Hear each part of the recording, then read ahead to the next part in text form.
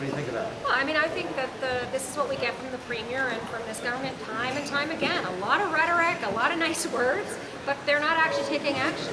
So that's why we went in there and actually followed through on what the Premier said. When he said he was talking to the 407 company about buying it back, there's no evidence of that at all.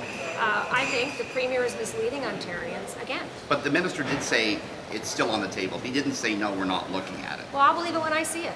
Because, again, there's no evidence that they're even considering it. And I'll remind you, we have put forward something that they could do right now, a solution that would help a lot of people, which is to remove the tolls on the 407 for truckers, for freight, so that we can relieve congestion on the 401 for commuters and get things moving more effectively. But look, I mean, this was a conservative government that sold off the 407 and gave all that up many years ago.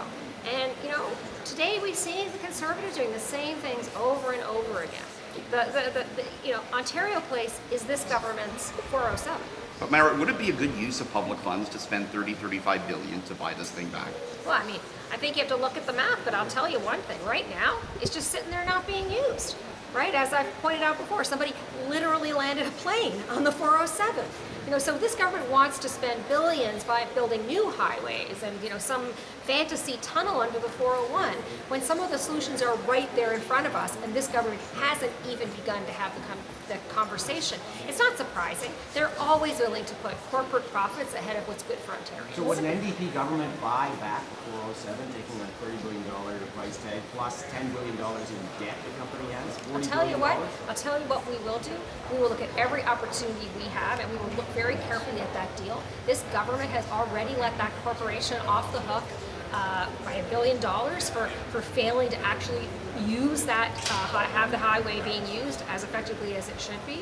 That highway never should have been sold off in the first place. We've always opposed it, and we will continue to. Mark, we got the bill about the per boat subsidy being extended.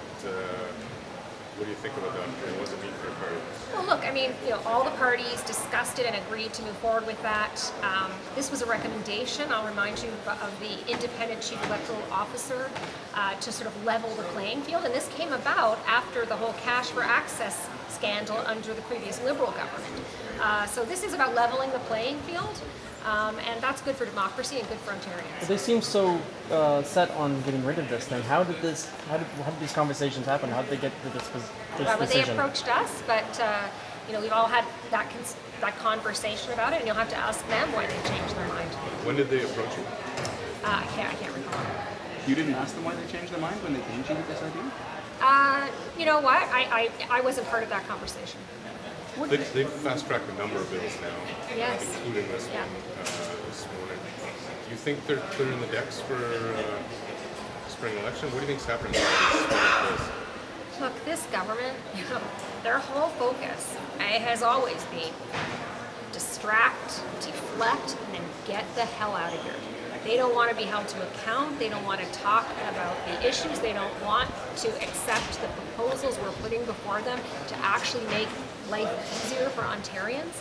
The way this government runs things, it's dug forward, cuts the deal, insiders cash in, Ontarians pay the price, and then this government is out of here. They want to go on holiday as fast as they can, and I wouldn't be surprised if the House rises early again, actually. And I would say we don't anticipate that the House will even come back again. I think the government's getting ready for an election without question. Does the per vote subsidy change put you in a better position to fight in the re-election? I mean, you know, to some extent, yes, but our fundraising is going very, very well. As you know, we've been breaking all our own records. Ontarians are coming through and showing their support for our vision for this province and coming behind us. So that fundraising is going very well. But, you know, absolutely, you know, it was the independent chief electoral officer that had recommended that, and we've always supported that. What do you say, though, to people who first just said the idea that taxpayer money be going to political parties, whatever it may be, to be competitive in elections? You know, again, I think that I would say, as the chief electoral officer has put forward, the argument was, and the recommendation is to try to level the playing field and avoid things like we saw in the previous Liberal government, where you had cash for access fundraisers. I mean, that's why this was introduced. And why it exists in other jurisdictions as well, is to level the playing field. And as for why the government decided to change their minds and not cancel it, you'll have to ask them that You question. didn't offer them any concessions, and the opposition hasn't offered to drop opposition to speed up things. Absolutely not. No. Minister McCarthy is going to meet with Amjuanang First Yeah. Nation after a question period today to talk about their concerns about pollution and in Chemical Alley. Is that a good sign that he's going to go and meet with them today? Well, I'm glad to see the minister meeting with them. The government has not had a good track record when it comes to respecting the rights and the right to clean air and clean water for all people, and especially for First Nations communities. They had to come all the way here to try to get this government's attention, and that's unfortunate. You know, they should be. This government should be meeting nation to nation with First Nations communities all the time, and certainly they've raised these concerns for quite a long time. And again, the government just continues to, I think, prioritize corporate profits over the health, the safety, and the needs of Ontarians. Thank you. Thank you.